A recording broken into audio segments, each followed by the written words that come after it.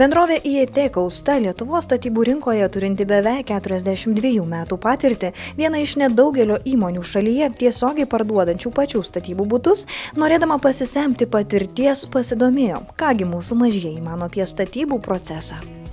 Kodėl žmonės stato namus? Kad turėtų kur gyventi. Dėl to, kad gyventų juose.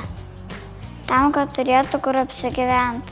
Todėl, kad sniegas neužpildys ant jų. Taip, kad gyventų. Kam reikalingas kranas? Statybininkų ten kelia tokius vamzdžius sunkius labai, kur statybininkai negali pakelti su rankom.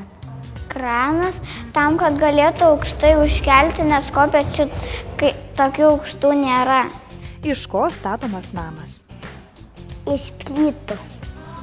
Iš plytų įvairiai. Ir bokšto. O kam reikalingi vamzdžiai? Vamzdžiai, kad pertektų vanduo. Kad bėgtų per juos vanduo. Kam yra skirtas cementas? Kad suliptų plytos vienas ant kitos. Tam, kad galėtų suklijuoti, kad nekristų. Kad sulipdytų. Ką daro sunkvežimis statybose? Atveža smėlio. Arba žemių. Sunkvežimis, kad atvežtų viską. Kaip atrodo statybos? Gražiai. Traktoriai visokie.